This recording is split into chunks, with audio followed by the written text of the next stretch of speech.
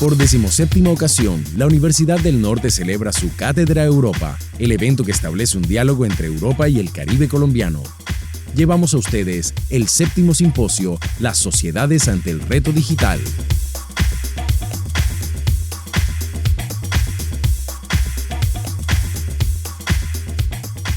Bueno, un placer estar por tercer año consecutivo aquí en el simposio, estar en la Cátedra Europa y tener la oportunidad de compartir pues, con todos vosotros, con los compañeros de la universidad, un evento que, como he tenido oportunidad de comentar a lo largo de estos días, me parece que cumple una función extraordinaria, que tiene un impacto real en la distribución del conocimiento y que por lo tanto tiene todo su sentido y todo su valor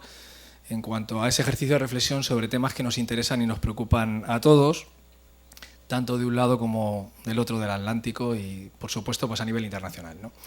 Quiero agradecer especialmente pues, al profesor Elías la oportunidad de estar, como decía, no solamente aquí en el evento, sino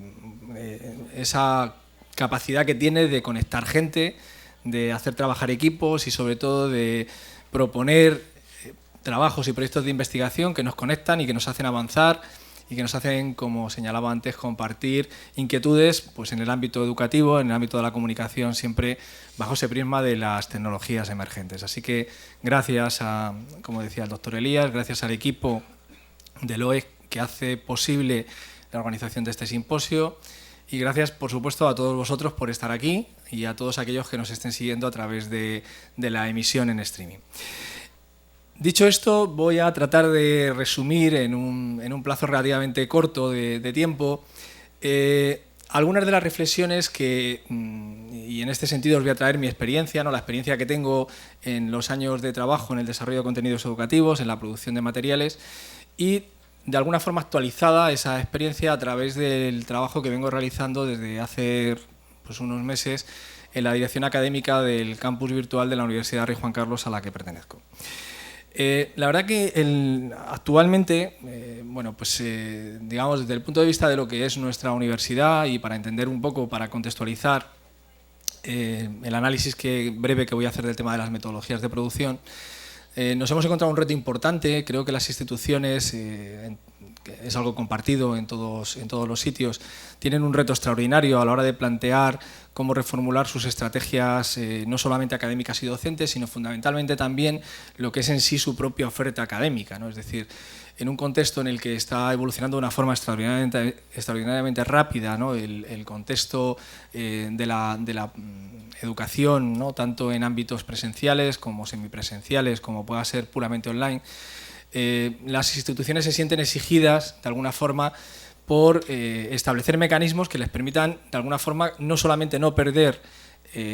la capacidad o el espacio que tienen ya cubierto, sino cómo en un contexto globalizado de la oferta educativa a nivel internacional, sobre todo en lo que tiene que ver con modelos semipresenciales y online, cómo, digamos, conquistar esos nuevos terrenos y posicionarse en un contexto que es francamente complejo. Mira, ese es un poco el reto que hacemos el equipo de tanto técnico, académico como docente de la Universidad Rey Juan Carlos y que toma cuerpo concretamente dentro de lo que es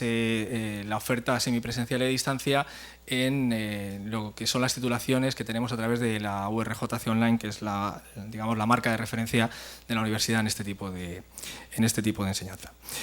Bien, evidentemente un grupo de este tipo tiene retos importantes que abordan, como podéis ver ahí, pues desde lo que es el seguimiento, gestión y control de la calidad del proceso educativo, la parte de innovación, el soporte a usuarios,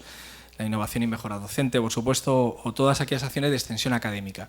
Pero un elemento clave, y es en el que conecta pues, mi presentación hoy aquí y la aportación que hago dentro del simposio, tiene que ver precisamente con lo que es un elemento capital de ese proceso, ¿no? Es decir, de cómo logramos poner a disposición de nuestros estudiantes materiales y contenidos de calidad, materiales que tengan la capacidad de apoyar, de contribuir en el proceso de enseñanza-aprendizaje de nuestros estudiantes. Básicamente tenemos tres líneas de trabajo actualmente. Una tiene que ver con el desarrollo de contenidos digitales educativos, pues objetos de aprendizaje, unidades didácticas, el desarrollo de materiales para las distintas asignaturas en modalidad semipresencial y a distancia. Otra que tiene que ver con el desarrollo, una iniciativa que lanzamos ahora y que estamos justo trabajando en ella, que es el tema de micropíldoras audiovisuales, tanto videoclases, presentaciones, ejemplificaciones, etcétera. Y luego una tercera que tiene que ver con el desarrollo de cursos y materiales en abierto, específicamente dentro de lo que son iniciativas que seguramente serán conocidas por muchos de vosotros a través de lo que son los MOOC, iniciativas similares basadas fundamentalmente en poner a disposición no solamente de tus estudiantes, de la gente que está matriculada contigo, sino en términos generales repositorios de contenidos en abierto para facilitar, digamos, el acceso a la información y a los contenidos por parte de poblaciones de carácter muy general. Los modelos de calidad que hemos seguido de referencia, fundamentalmente, aunque hay muchos otros, pero de forma esencial a la hora de establecer los modelos y los métodos de producción, básicamente tiene que ver con un marco nacional, que son los indicadores de docencia virtual que están establecidos dentro de lo que es digamos uno a nivel de España, que es la CRUETIC, es decir, digamos, donde están todas las universidades nacionales que trabajan en España, y que dentro de una comisión concreta, que es la de Tecnologías de la Información y la Comunicación, establece unos criterios mínimos de calidad de la formación virtual y que afecta, por supuesto, y como no puede ser de otra manera, a el desarrollo de los contenidos en sí y a su puesta a disposición. Por otro lado, una norma UNE, en este caso la 66181, que es una norma que establece, ahora lo veremos con un poco más de detalle, lo que son los criterios básicos de calidad de la formación virtual. Y luego la suscripción a modelos, por un lado, de evaluación de los productos, del desarrollo de contenidos educativos, que es algunos como por ejemplo el modelo ELAN, y fundamentalmente la adscripción a lo que son el movimiento de contenidos y prácticas educativas abiertas que auspicia, entre otros, la UNESCO a través de organismos como PAL. Eso es un poco el contexto general, digamos, en el que nos movemos. Esta parte de las prácticas educativas abiertas para nosotros resulta esencial y es un compromiso que digamos, tratamos de impulsar desde la institución, que tiene que ver precisamente con entender cómo ha evolucionado el sector de los contenidos educativos en los últimos años, ¿no? Si hace 10 años, por ejemplo, pues hablábamos de forma intensiva, ¿no?, de la estandarización, del desarrollo de modelos basados en la construcción de objetos de aprendizaje, de secuencias de aprendizaje bajo distintos estándares, IMSLS, SCORE, etcétera, y digamos estaba muy focalizado en lo que era el desarrollo de contenidos. En los últimos años hemos ido todos aprendiendo, y ahí me recuerda de alguna forma pues la frase esa que veíamos el otro día en La Cueva, ¿no?, que sitio que seguramente muchos de vosotros conoceréis, ¿no?, que decía aquí no tiene razón nadie, ¿no?, y de alguna forma eso significa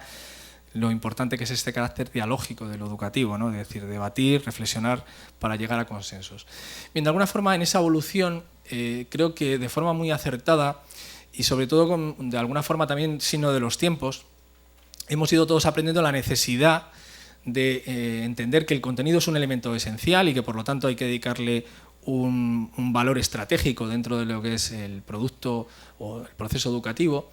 pero también es esencial que eso esté contextualizado dentro de un proceso complejo en el que lo importante es la práctica en sí, es decir, cómo se activa una práctica educativa que tenga en cuenta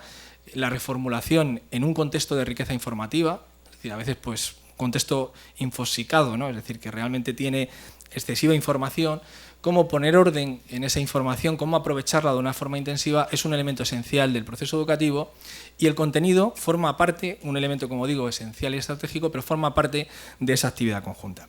Esto que pueden ver aquí, este cuadro, es un cuadro que tiene publicado PAL y que de alguna forma es una matriz de evaluación para establecer en qué punto se encuentra una institución educativa a la hora de establecer estas prácticas educativas en abierto, ¿no? Es decir, en qué medida, digamos, los estudiantes, los aprendices, son parte activa de ese proceso de adquisición de conocimiento, ¿no? Y ayuda mucho a entender en qué punto está una institución en función de las prácticas que tiene y que de alguna forma son capilares a toda su estructura, a los docentes, pero también a los elementos de gestión, a los propios estudiantes, para indicar qué vectores o en qué líneas deberías trabajar. Bien, en ese compromiso estamos, es decir, que nosotros todavía estamos en el cuadrante más bajo, ¿no?, pero desde luego tenemos el espíritu, las ganas y la inquietud de avanzar y de mejorar en ese proceso. Como señalaba, otro elemento clave para el desarrollo de lo que son tanto materiales como las prácticas es el seguimiento de estándares a nivel nacional e internacional. Uno concretamente es este que les señalaba, la UNE 66181, en el que por primera vez fue el primer estándar que estableció, digamos, sobre todo se ha utilizado, es cierto, mucho en el ámbito de la formación dirigido a empresas y demás, pero fundamentalmente lo que establece son los criterios esenciales que deberían considerarse a la hora de verificar el proceso de calidad de la puesta a disposición de un proceso formativo en distancia o en modalidad semipresencial, ¿no? Que parte básicamente pues eso, de un estudio de las necesidades y expectativas, es decir, realmente que encaje esa orientación formativa en una necesidad real que haya que satisfacer. Pasa luego al proceso de diseño de la información, el desarrollo en sí de la oferta formativa, luego evidentemente su despliegue, y muy importante luego pues el proceso de retroalimentación, que es imprescindible para comprender en qué medida, digamos, esa oferta formativa es satisfactoria, cumple los objetivos para los que ha sido diseñada y por lo tanto, digamos, desde el punto de vista tanto de los aprendizajes como también, como es lógico, desde la propia institución, resulta realmente de utilidad. Descendiendo ya a lo que es la metodología en sí de desarrollo de los contenidos, digamos, este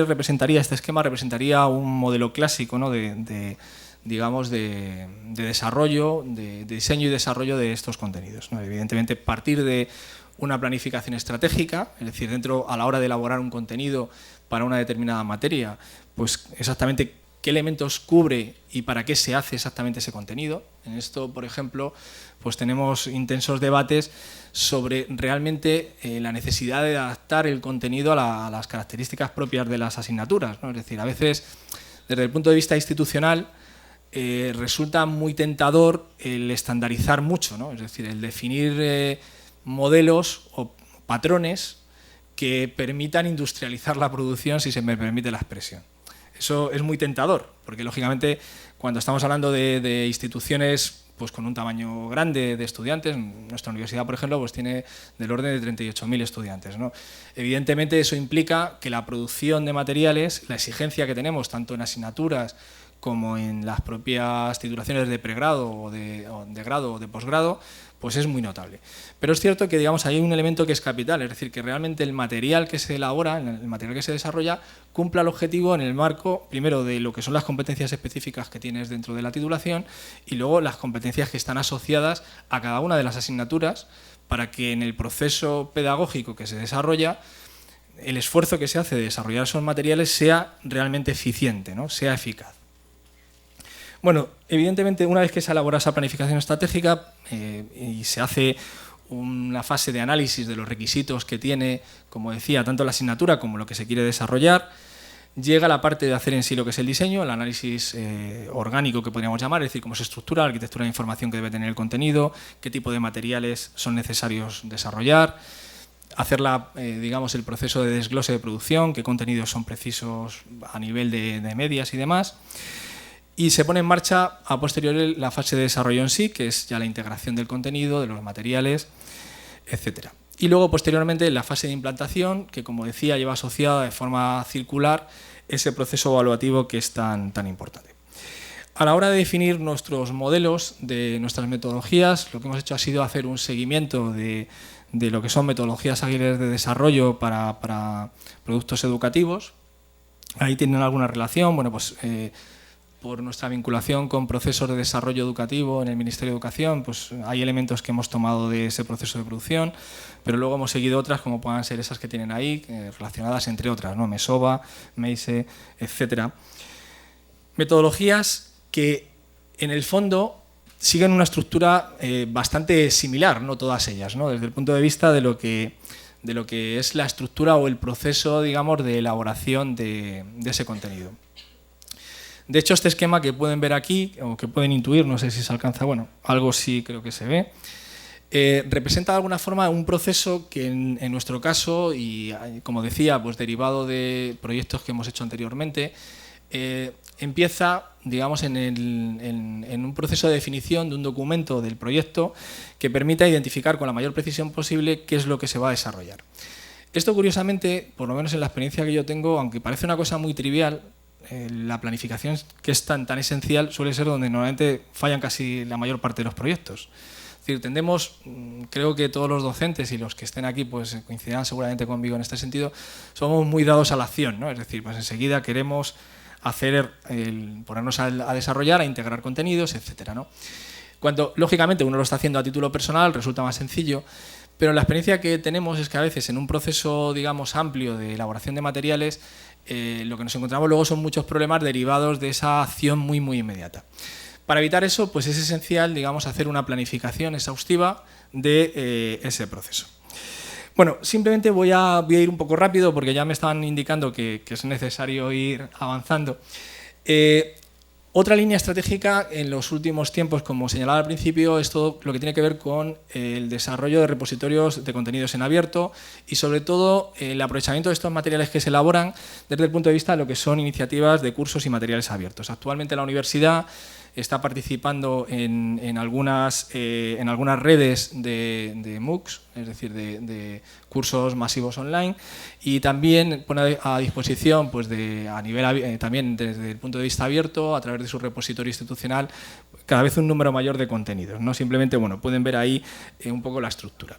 Creo que en esto, y sobre todo lo dejo ahí para luego para el debate y si surge alguna pregunta, creo que en las universidades en los últimos 2 años diría, pero específicamente en el último, estamos asistiendo a una revolución extraordinaria de lo que es la oferta educativa a distancia bajo este tipo de modelos. El desembarco a nadie se le escapa, sobre todo de instituciones, yo diría en el caso de las instituciones anglosajonas, a través de determinadas plataformas como pueda ser edX, y no digamos ya el desembarco previsto de Google, ¿no? Asociándose con edX en lo que queda de año a través de la plataforma mooc.org, y el establecimiento de un modelo, sobre todo en lo que son posgrados, que configuran itinerarios a través de cursos con carácter muy modular, como lo que está haciendo en este momento Coursera, francamente plantea un reto extraordinario a las instituciones de educación superior porque supone, y ojalá y nos equivoquemos en este sentido, una cierta canibalización de los posgrados de las instituciones, ¿eh? Y supone un reto, como decía, muy relevante y que, bueno, pues todos estamos intentando monitorizar para establecer una estrategia adecuada en ese sentido. Lo dejo ahí simplemente para la reflexión. Invitarles, por supuesto, a que si tienen oportunidad, pues visiten el repositorio abierto, de conocimiento abierto que estamos generando y que permite, digamos, completar una parte muy, muy relevante del trabajo que se desarrolla dentro de la institución. Quiero dejarles otra reflexión aquí para el final, ¿no? Les planteaba una que era el posicionamiento de las instituciones en este nuevo marco abierto de conocimiento. Y la segunda tiene que ver también con un reto vinculado, y creo que luego tendremos la oportunidad, no sé si es hoy, cuando hay el compañero que hablará de temas en general de derecho. Hay una cuestión básica que es el tema de la gestión de contenidos de terceros, ¿no? Es decir, la contradicción que tenemos hoy en día en un mundo superabierto, con contenidos que están liberados bajo licencias abiertas, copyleft, Creative Commons, etcétera, con, digamos, la política de gestión de derechos de autor que siguen por la mayor parte de los países, ¿no? Entonces les pongo ahí un ejemplo. Esto, en los últimos meses en España ha habido 2 sentencias condenatorias y una tercera que se ha parado, pero se ha parado porque ha habido una negociación económica, en la que los profesores, lógicamente, en los campus virtuales, en los entornos virtuales de aprendizaje, suben materiales, a veces son materiales propios, pero muchas veces son materiales de terceros, a veces encomendados a lo que es el derecho de cita, ¿no? Y otras veces encomendados al diablo, o sea, sin encomendarse a nadie. Bien, en el caso concreto de España, que estamos ya se ha aprobado o estamos en fase de lo que es la aprobación de una modificación de la ley de propiedad intelectual. Esto ha supuesto que las entidades de gestión, que no son pocas, ¿no? Y que afectan pues a distintos tipos de derechos, ¿no? En unos casos pues libros, revistas, en otros casos materiales audiovisuales. Bueno, pues hay mucha gente trabajando y peleando en ese campo, ¿no? ¿Cómo conciliar? Y esa es la cuestión que quiero dejar, como decía, para el debate. ¿Cómo conciliar un entorno abierto que digamos, favorece a nivel tecnológico incluso, ¿no? Pues una tecnología mashup, ¿no? Hoy en día pues HTML5 o ese tipo de tecnologías han favorecido el hecho de que podamos escribir sobre la web, ¿no? Que era un poco el deseo ese literal, ¿no? ¿Cómo, digamos, conciliar eso con una protección adecuada de los derechos de autor de terceros y cómo las instituciones, que tienen a miles de docentes, a miles de estudiantes en entornos abiertos, pueden o son capaces de gestionar ese enorme flujo y ese conflicto que se genera? Bueno, pues es un reto que tenemos nosotros por delante, como entiendo que tienen la mayoría, Y bueno, pues creo que con eso, esos dos apuntes, puedo finalizar y darles muchas gracias por la atención prestada.